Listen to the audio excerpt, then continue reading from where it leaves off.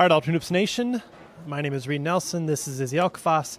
This is This Week in Rec, Elite 8 edition. UOENO, Squires, Shockers, and the team that beat you tonight, the Freeballers. So, we will have, we may not have a new champion. The Freeballers are their only defending champion. Everybody else is in. This is UOENO's first trip to the Final Four. Squires' second trip to the Final Four. I believe they've been there one before. Yep. Okay, I want to talk about the UOENO game first. They were surgical. They were clinical. They were clean. Game was tied midway through the second half. Churchill hits a three. Churchill hits another three. Marquardt gets an end one. Crary gets a three. Iverson hits a three. 14-2 run, just like that, game over. They were passing the ball great. They were cutting. It was beautiful basketball tonight. UDK, full strength, which you predicted. You didn't see this one. Well, you want to tell the folks. I mean, they don't really know the story. I'm not going to tell it. I'll tell it. If you want to tell it. Put it right there from you, right there, nice and.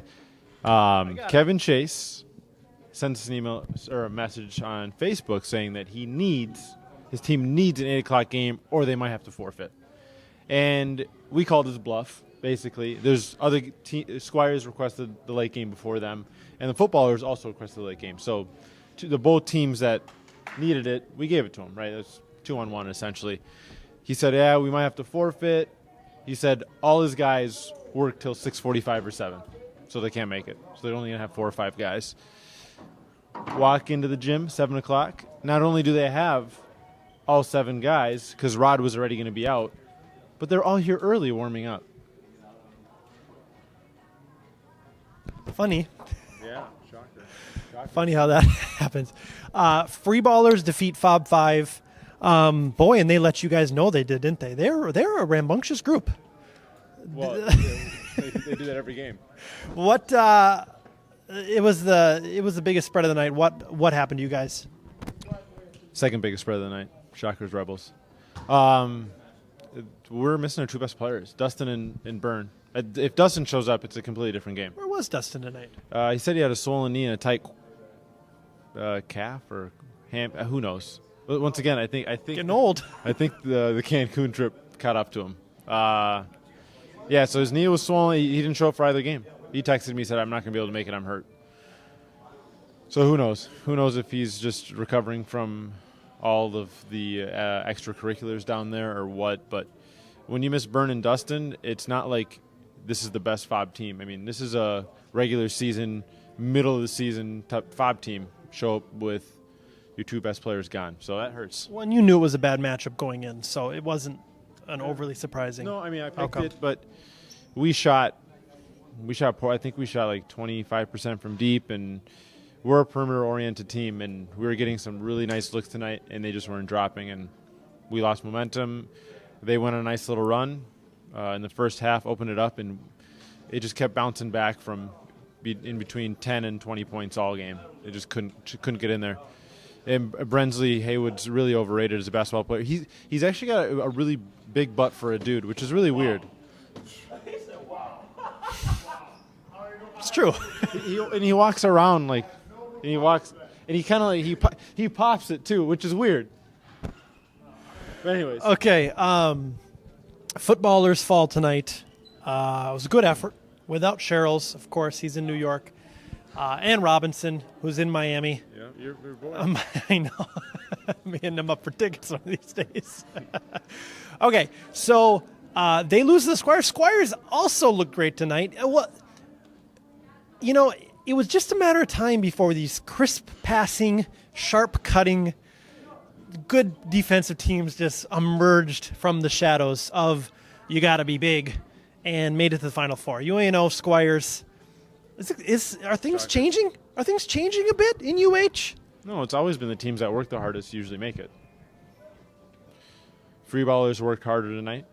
The Shockers worked harder tonight. UOENO worked harder tonight. And the Squires worked harder tonight.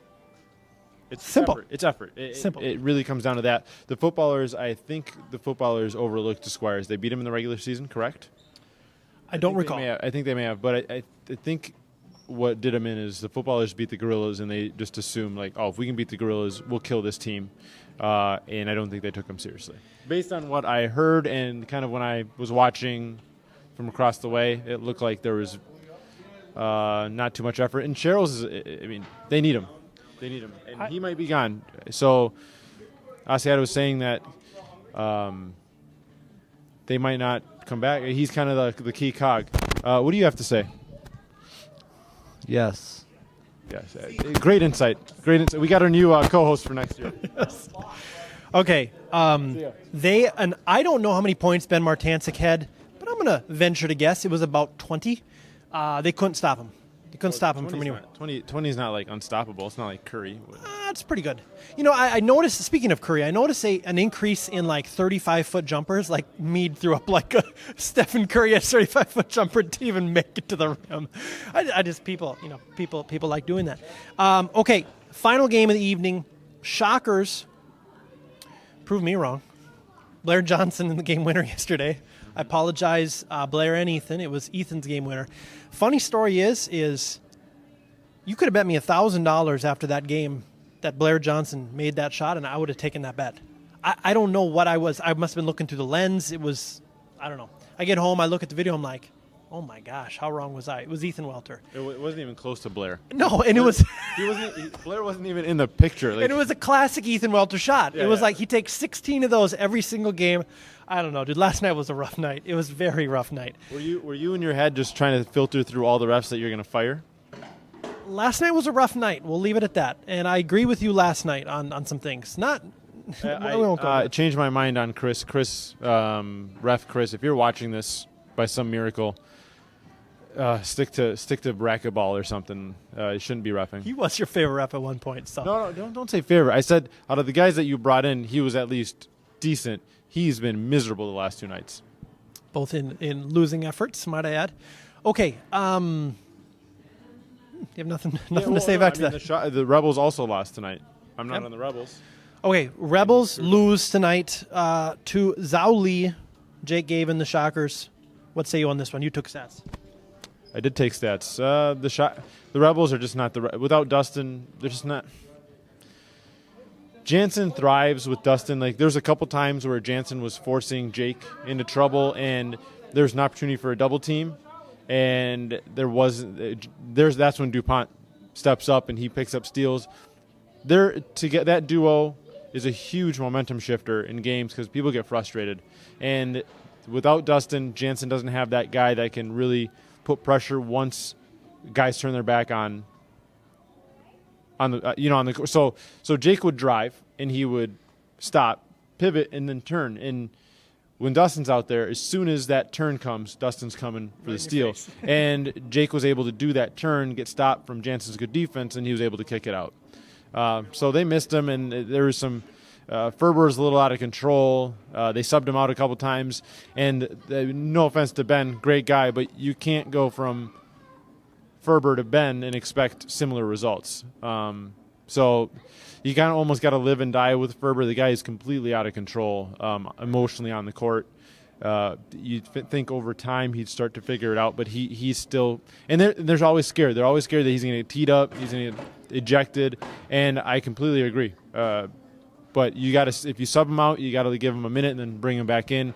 Too many 5-minute stretches in that game. Yeah, they get him out. They pull him. They yank him quick. They do it. Which is fine, but let him cool off for a minute and then send him back in there. Don't let him marinate on the bench for 20 minutes. Okay, UOENO Squires in what I would guess is their first ever matchup. I'm looking at the almanac over there. Who do you have in this game next week and why? Was it? Squires, UOENO. Is that what I said? I don't remember. Squires, UOENO. Sorry, I'm looking at Briggs's kid who's wearing a Blaze in the Monster Machine pajamas with sneakers. Look at the back of his left cap. The back of his left cap has toilet paper on it. It's a dryer sheet. Typical Cottage Grove kid right there. And he's lifting up his shirt and just exposing his belly. Okay. Anyways. UOENO, the Squires. What say you? This is a really good matchup. Similar teams. Similar teams. I I worry that UOENO isn't going to have. I lean the Bloomington team when it's in Bloomington, and I lean the Fridley team when it's in Fridley. Meade is out, apparently. That hurts the Squires. UOENO plays with. Can you stop dribbling the ball, please? We're recording a video. UOENO will match their effort, and if Meade is out, the thing is, I don't know if they have a guy that really can clamp up Storm. So I take the best player in that game is Storm. I'll roll with the best player in equally matched teams, hoping that all those guys show up. Shockers, Freeballers. Shockers. Helmy's hurt. He may suit up. Carmen wasn't here tonight. They might be Iron 5, and the Shockers are they're a good matchup for the Freeball. The Freeballers, I mean, it's a bad matchup for them. I think it's a Wednesday night game too, which hurts. So I go Shockers, and I think it might be comfortable. Can we do real quickly here? 5 MVP candidates: Graham, Maher, Gave, Blanton, and who am I missing? Is it Graham, Blanton, Gave, Maher, and Ethan Welter. Yeah, it's not Ethan. I mean, he's the second best player on both of his teams, so you can't do that. Who gets your vote, sir? Which I need by tomorrow noon, by the way. Yeah, it's got to be Gave. It's got to be. I mean, his numbers. He's consistent across both leagues. Blanton plays in one league, and he's not even close to the best player.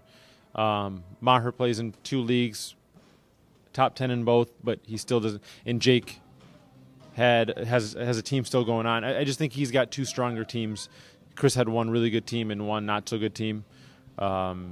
Storm only plays in 1 league. I really, really put my vote with guys that play in multiple leagues, and Jake's just the best player. And he's the best player in the league right now, and he plays in both of them.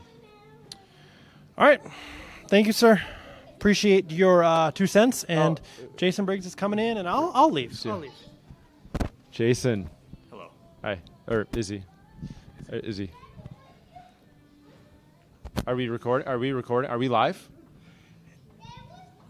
Every year for March Madness, I run an NCAA pool.